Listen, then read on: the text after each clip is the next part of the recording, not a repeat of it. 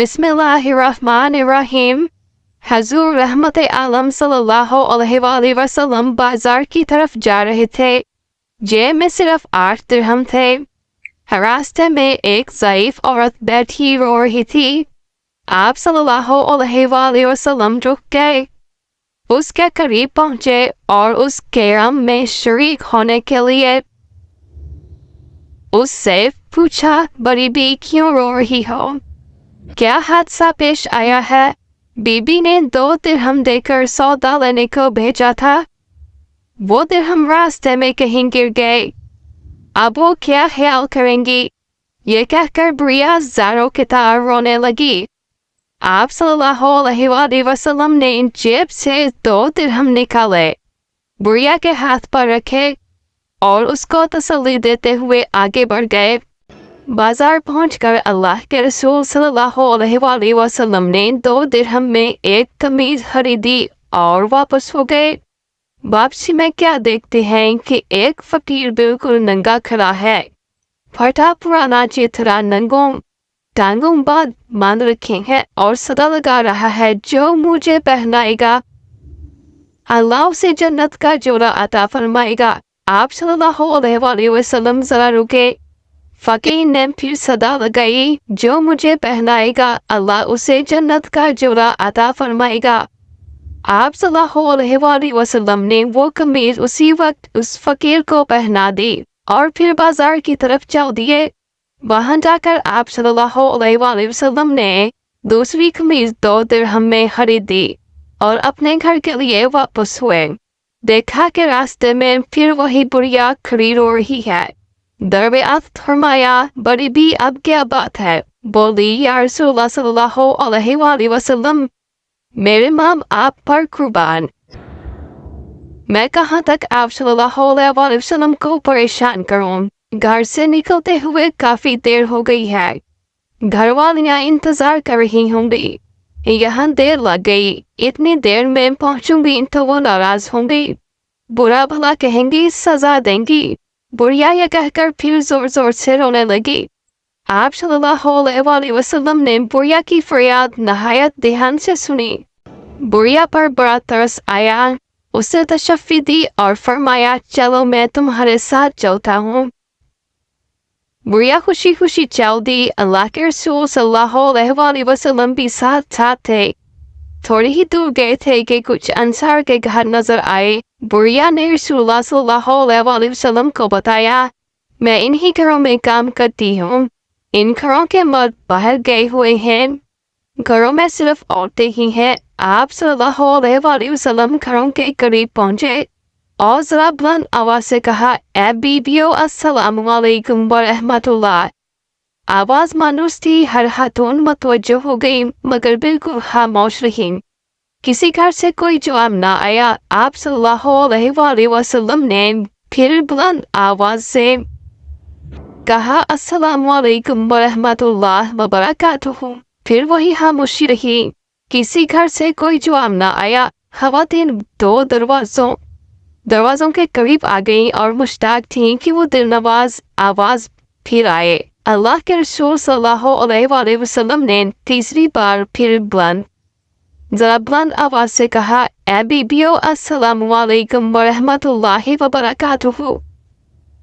तीसरी आवाज पर सारे घरों की औरतों ने मिलकर जवाब दिया, वालेकुम अस्सलाम व रहमतुल्लाहि व बरकातुहू। फिदाक अबियो वामी। आप सल्लल्लाहु अलैहि वसल्लम ने पूछा, बीबियों, क्या तुमने मेरी पहली आवाज नहीं सुनी थी? या रसूलल्लाह सल्लल्लाहु अलैहि वसल्लम, हमने आपका पहला ही सलाम सुन लिया था और आपकी आवाज पहचान ली थी, लेकिन जवाब इसलिए नहीं दिया कि आपकी ज़ुबान मुबारक से सलाम थी और रहमत और बरकत की दुआएं हम और हमारे बच्चे बार बार सुने। औरतों ने अक़ीदत और अरादत का इजहार करते हुए कहा।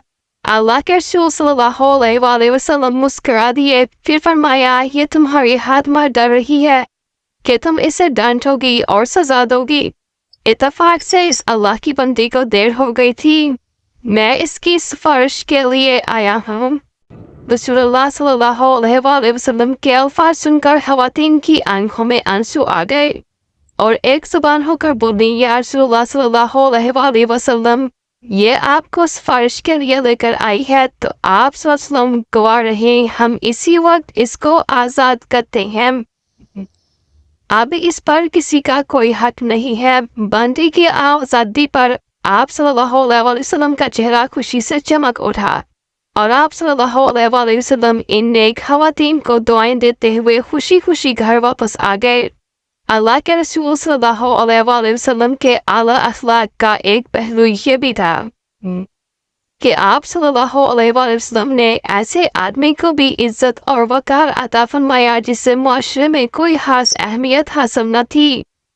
بنو اشجع عربوں کے مشہور قبیلہ بنو غطفان کی ایک شاخ ہے۔ یہ قبیلہ زمانۂ قدیم سے مدینہ منورہ کے اطراف میں آباد تھا۔ اس قبیلے کا ایک بدوی ظاہر بن حرام رضی اللہ عنہ مدینہ منورہ سے کچھ فاصلے پر رہتا تھا۔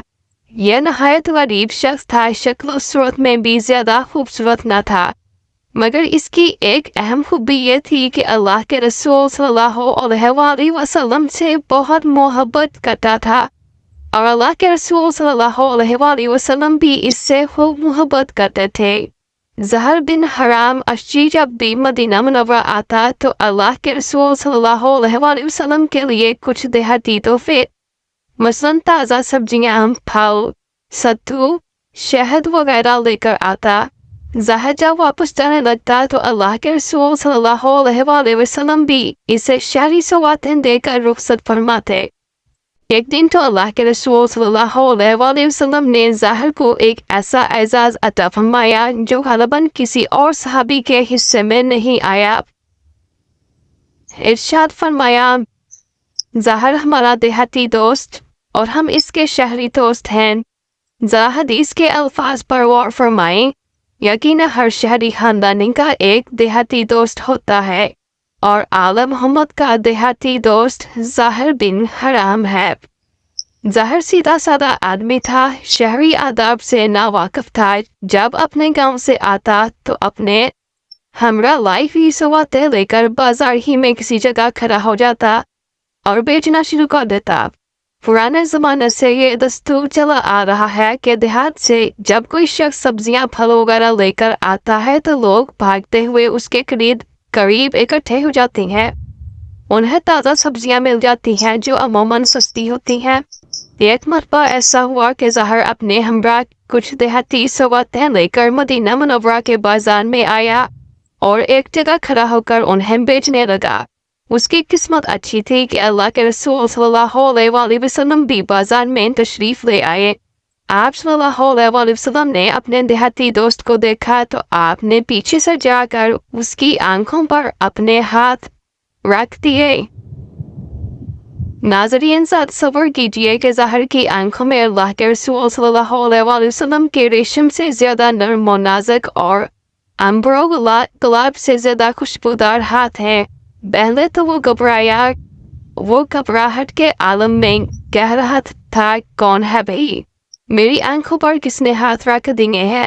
لیکن جب اس نے اللہ کے رسول صلی اللہ علیہ وسلم کے مبارک ہاتھوں کی نزاکت کو محسوس کیا اور آپ صلی اللہ علیہ وسلم کی خوشبو سونگھ لی تو اسے معلوم ہو گیا کہ اس کے پیچھے تو کائنات کے امام کھڑے ہیں۔ اس نے موقع غنیمت جانا اور اپنی پشت کو اللہ کے رسول صلی اللہ علیہ وسلم کے سینے سے ملنا شروع کر دیا۔ اللہ کے رسول صلی اللہ علیہ وسلم نے محبت بھرے انداز میں فرمایا، لوگوں کون ہے جو اس غلام کو خریدے؟ زہر نے بھی محبت بھرے انداز میں عرض کیا، اللہ کے رسول صلی اللہ علیہ وسلم جیسے کالے کلوٹے دیہاتی کو کوئی خرید کر کیا کرے گا؟ تو بسارے کا سودا کرے گا، میری تو قدر و قیمت ہی کوئی نہیں، میں تو بیکار آدمی ہوں۔ آپ صلی اللہ علیہ وسلم نے جواب میں ارشاد فرمایا، پیارے ایسا نہ کہو، کیا تمہیں کسی نے کہا ہے کہ تمہاری کوئی قدر و قیمت نہیں ہے؟ تم اللہ کے ہاں بیکار نہیں ہو، تم اللہ اور اس کے رسول صلی اللہ علیہ وسلم سے محبت کرنے والے ہو، اس لیے تم اللہ کے ہاں بڑے قیمتی ہو۔